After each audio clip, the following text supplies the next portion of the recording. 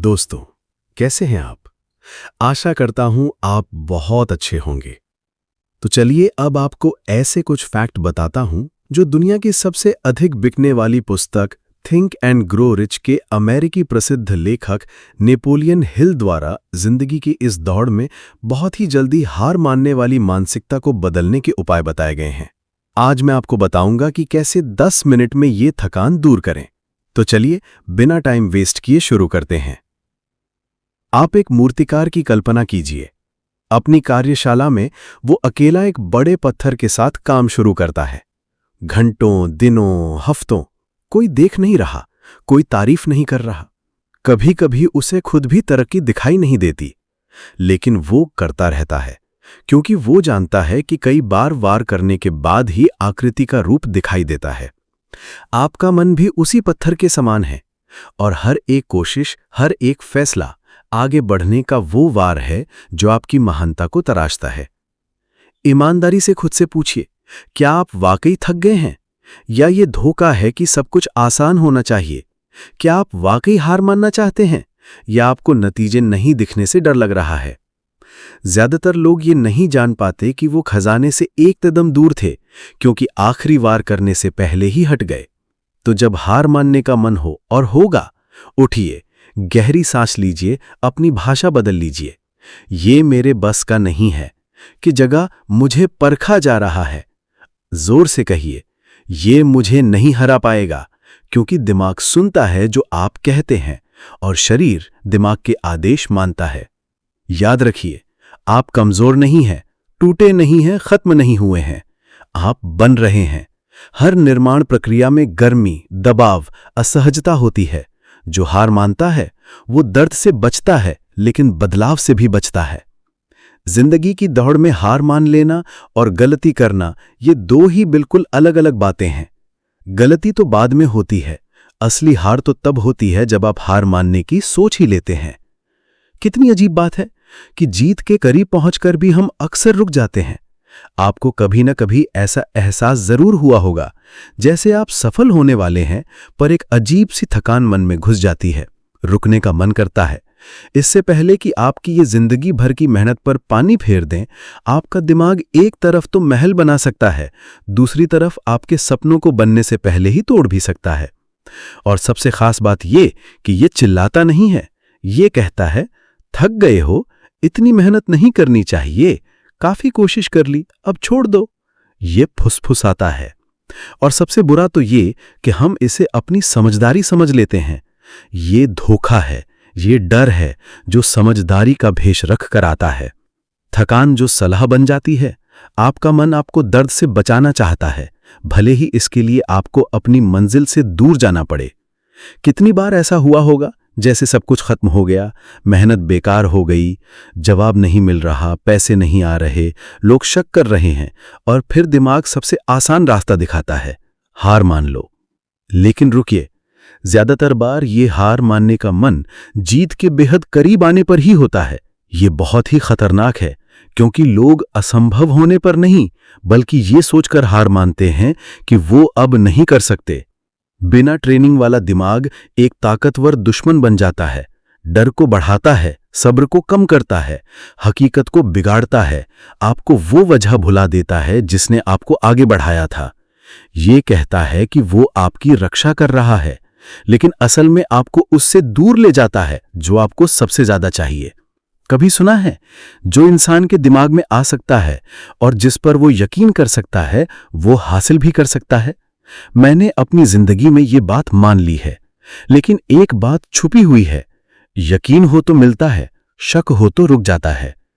ये शक, ये हिचकिचाहट छोटे छोटे घावों से पैदा होती है। परिवार की टिप्पणियां, पुरानी नाकामियां, एक गलती जो सालों तक गूंजती रहती है, सब मिलकर एक आवाज बनाते हैं जो फुसफुसाती है, यहीं रुक जाओ। लेकिन ये आवाज झूठ बोलती है। मुझे याद है एक रात जब सब कुछ टूटता हुआ लग रहा था। सैकड़ों पन्नों के notes, research, Henry Ford, Edison, Carnegie जैसे लोगों के इंटरव्यू के ड्राफ्ट लिखे थे, लेकिन कर्ज बढ़ रहा था। लोग मेरी बातों का मजाक उड़ा रहे थे और एक पल अपनी सोती हुई पत्नी और छोटे बच्चों को देखकर मुझे लगा शायद ये सब सही कह रहे हैं। शायद मैं अपनी जिंदगी बर्बाद कर रहा हूं। ये हार मानने की फुसफुसाती आवाज थी जो समझदारी का रूप ले रही थी, लेकिन मेरे अंदर कुछ और जोर से बोला, नहीं रुकना, अभी नहीं। और मैं नहीं रुका। देखिए, दिमाग आपका सबसे बड़ा दुश्मन भी हो सकता है और सबसे बड़ा साथी भी। फर्क है इसकी ट्रेनिंग। आपको उन विचारों को काबू में करना सीखना होगा जो आपको निराश करते हैं। नहीं कर सकता की जगह देखते हैं मैं कहां तक पहुंच पाता हूं। बहुत मुश्किल है कि जगह यहीं से मेरी तरक्की शुरू होती है।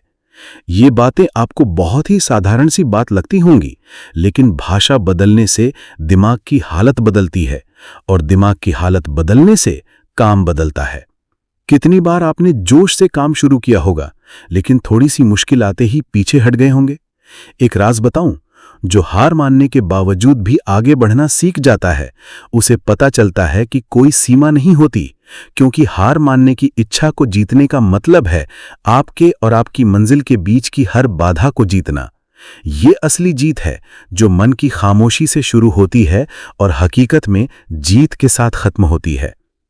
ज्यादातर लोग आगे बढ़ने की कीमत सोचते हैं, थकान, मेहनत, अनिश्चितता, लेकिन बहुत कम लोग हार मानने की कीमत सोचते हैं। और ये सबसे महंगी कीमत है जो कोई चुका सकता है, क्योंकि ये सिर्फ आज नहीं, पूरी जिंदगी चुरा लेती है। हार मानकर आप सिर्फ एक प्रोजेक्ट, एक लक्ष्य, एक विचार नहीं छोड़ते, आप खुद को ये बताते हैं कि वो सपना इतना जरूरी नहीं था। और ये किसी भी हार से ज्यादा दर्द देता है। आगे बढ़ने का दर्द तीव्र हो सकता है, लेकिन हार मानने का दर्द खामोश, लगातार, अनंत। वो वक्त पर चिल्लाता नहीं, वो इंतजार करता है और सालों बाद सामने आता है जब आप खुद को एक ऐसी जिंदगी में देखते हैं जो आपको प्रेरित नहीं करती। जब आप चारों तरफ देखते हैं और आपको पता चलता है कि आप संतुष्ट हो गए हैं, लड़ना छोड़ दिया है, संभावनाओं के बदले सुरक्षा चुन ली है। वो सपना जो एक दिन आपकी आंखों में चमक लाता था, एक बेचैन याद बन गया है जिसे आप खुद से छुपाना चाहते हैं। आप जानते हैं मैं किस बारे में बात कर रहा हूं। हम सब ने ये महसूस किया है जब किसी और को वो हासिल होता है जो हम चाहते थे। वो अजीब सा दर्द, ये जलन नहीं है, ये शोक है। आपके उस हिस्से का शोक जो उस दिन मर गया जब आपने रुकने का फैसला किया। और यहीं पर हमें ईमानदार होने की जरूरत है। क्या आप मौके की कमी से रुके, या प्रक्रिया की तकलीफ सहन नहीं कर पाए? क्या आपके पास वाकई कोई विकल्प नहीं था, या आपने पहला ही बहाना स्वीकार कर लिया जो आपको सही लग रहा था? हर फैसले की कीमत होती है, लेकिन हार मानने की कीमत ही एक ऐसी है जिस पर ब्याज लगता है, क्योंकि हर पीछे हटना दिमाग को कम स्वीकार करने की ट्रेनिंग देता है। वो समझता है कि आप हार मानने को तैयार हैं और वो अपने मानक कम करने लगता है। आत्मविश्वास कम होता है, अपने हक की भावना मुरझा जाती है और अचानक आप वो स्वीकार करने लगते हैं जिसे पहले आप अस्वीकार्य मानते थे। लेखक अपनी जिंदगी का एक काला दौर याद करके बताते हैं। 1929 के आसपास आर्थिक संकट ने पूरे अमेरिका को झंझोर दिया था। मेरी कमाई खत्म हो गई, मेरी किताबें बिकनी बंद हो गईं, मेरे लेनदार मेरे दरवाजे पर आते थे और मैं जो यकीन करता था कि लगातार कोशिश से कुछ भी हासिल किया जा सकता है, एक ऐसी शंका से घिर गया जो पहले कभी नहीं हुई थी। हार मानने की इच्छा मेरे पास एक पुराने दोस्त की तरह आई। कहने लगी, काफी कर लिया, काफी कोशिश कर ली, रुकने में कोई शर्म नहीं है। लेकिन उस वक्त उस अंधेरे में भी मुझे समझ आ गया कि अगर मैं उस आवाज को मान लेता हूं तो मैं सिर्फ एक दौर खत्म नहीं कर रहा, मैं एक पूरे मकसद को दफना रहा हूं। सोचिए, अगर मैं वहीं रुक जाता तो कितनी जिंदगियां बदलने से रह जाती, कितने पाठक थिंक एंड ग्रो रिच नहीं पढ़ पाते, सफलता के कितने बीज नहीं बोए जाते, बस एक फैसले की वजह से जो दर्द के वक्त लिया गया था। सच्चाई ये है कि जब हार मानने का मन होता है तो वो इजाजत नहीं मांगता, वो दिमाग में घुस आता है, आपके विचारों और भावनाओं को भर देता है और अचानक जो कुछ भी मुमकिन लग रहा था वो बेकार लगने लगता है। उस वक्त ऐसा लगता है जैसे आपकी सारी ऊर्जा निकल गई हो, जैसे आगे बढ़ना नामुमकिन हो। और यहीं पर खेल बदलना जरूरी है। ये मजबूत होने के बारे में नहीं है, ये कमजोर होने के बावजूद भी काम करने के बारे में है। मैं जो आपको अभी सिखाऊंगा, मैंने खुद पर कई बार इस्तेमाल किया है जब काम का बोझ असहनीय लगने लगा हो। 5 ऐसे कदम हैं जो आप 10 मिनट में कर सकते हैं और जो आपके भावनात्मक, मानसिक और शारीरिक हालत को पूरी तरह बदल सकते हैं। पहला कदम है उठना, शारीरिक रूप से उठना।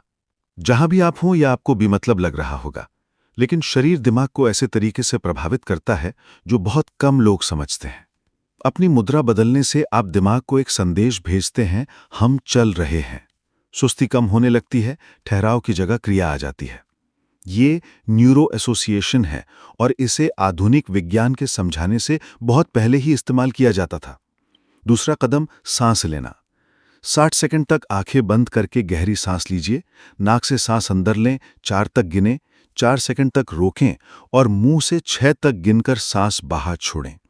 यह आपका तंत्रिका तंत्र संतुलित करता है। कॉर्टिसोल स्ट्रेस हार्मोन को कम करता है और आपको वापस वर्तमान में लाता है। ज्यादातर लोग इसलिए हार मानते हैं क्योंकि वे भविष्य में फंस जाते हैं, इस डर में कि क्या हो सकता है। लेकिन जब आप वर्तमान में वापस आ जाते हैं तो आपको पता चलता है कि अभी भी कुछ किया जा सकता है। तीसरा कदम, याद रखना। उस पल को याद कीजिए जब आपने काम शुरू करने का फैसला किया था। उस ऊर्जा, उस स्पष्टता, उस जोश को देखिए जिसने आपको ये सफर शुरू करने के लिए प्रेरित किया था। खुद को उस पल में जीते हुए कल्पना कीजिए। याद रखिए कि दांव पर क्या था।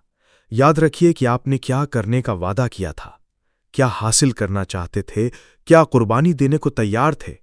ये वो ज्योति फिर से जला देगा जिसे शंका ने बुझाने की कोशिश की थी। चौथा कदम, जोर से कहना। जोर से कहिए, हाँ जोर से, मैं तब तक नहीं रुकूंगा जब तक खत्म नहीं कर देता।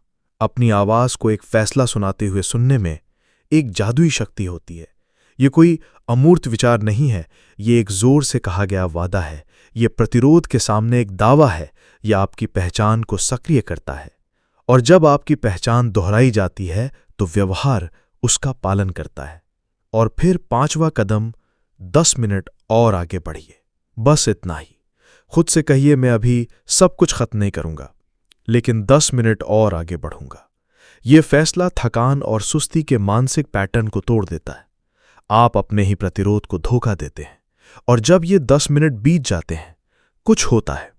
ज्यादातर बार आप और रुकना नहीं चाहते क्योंकि आपको पता चलता है कि आप वाकई कमजोर नहीं थे, आपको रास्ता नहीं मिल रहा था।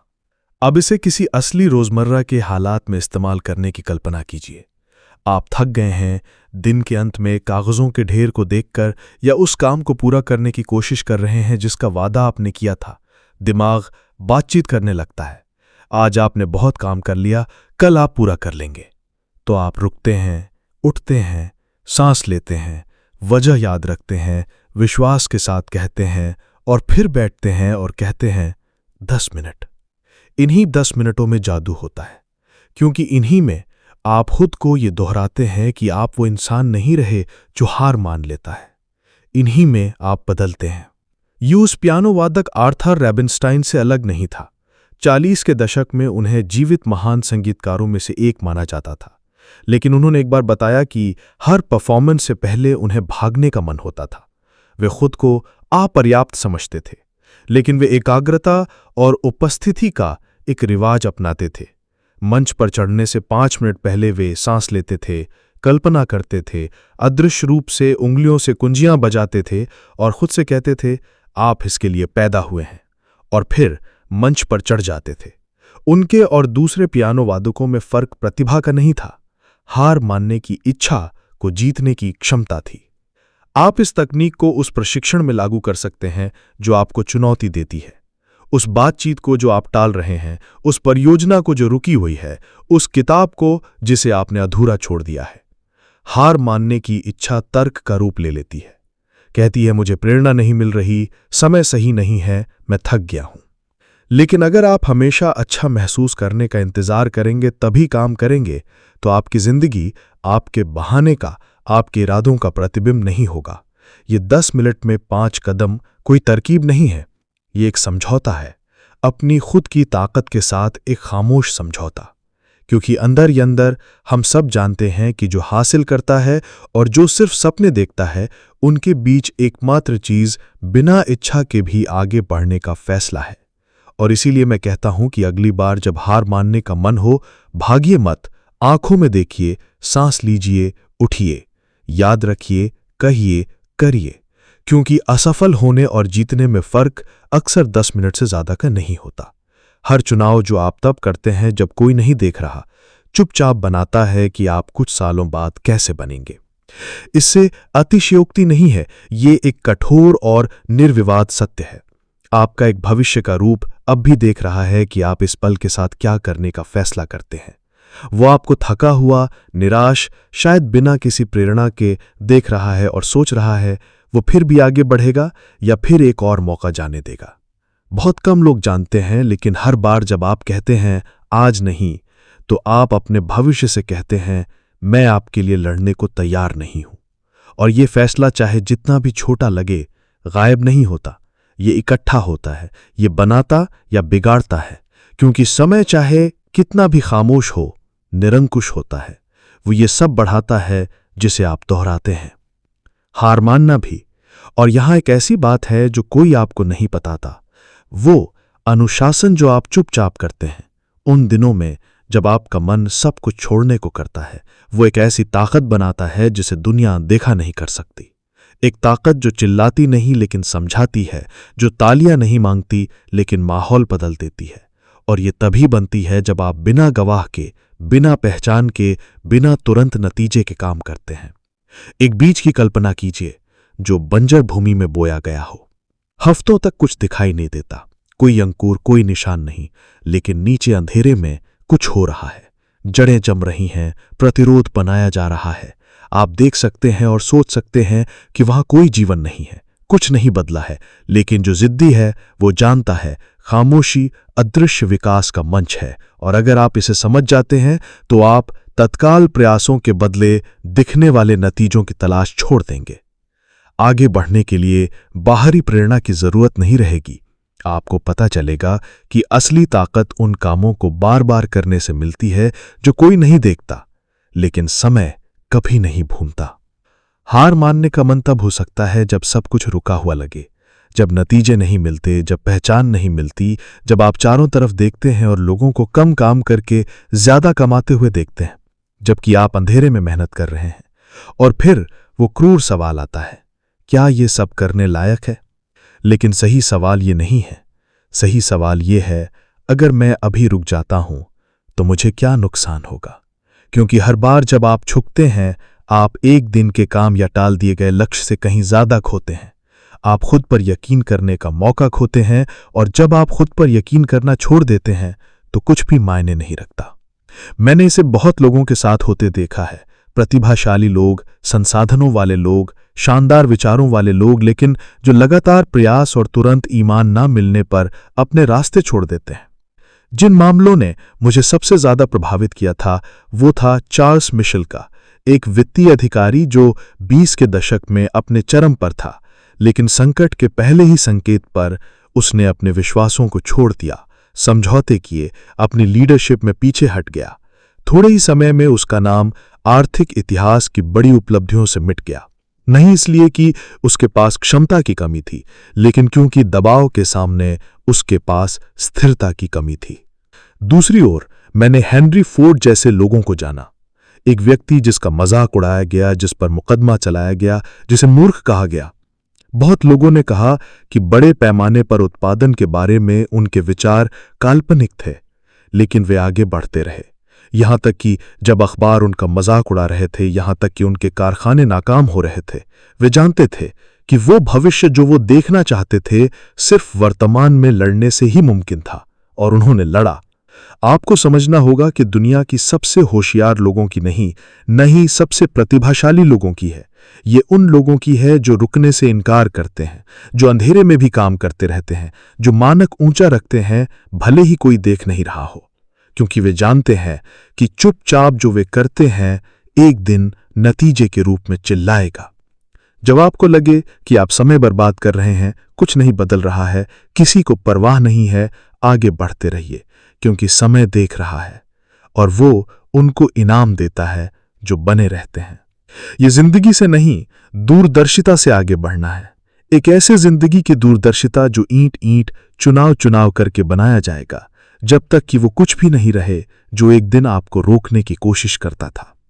और जब वो दिन आएगा तो आप पीछे मुड़कर देखेंगे और समझेंगे कि यह किस्मत नहीं थी, यह फैसला था, बार बार किया गया, जिद्दी, अटल, और वो भविष्य जो इतना दूर लग रहा था।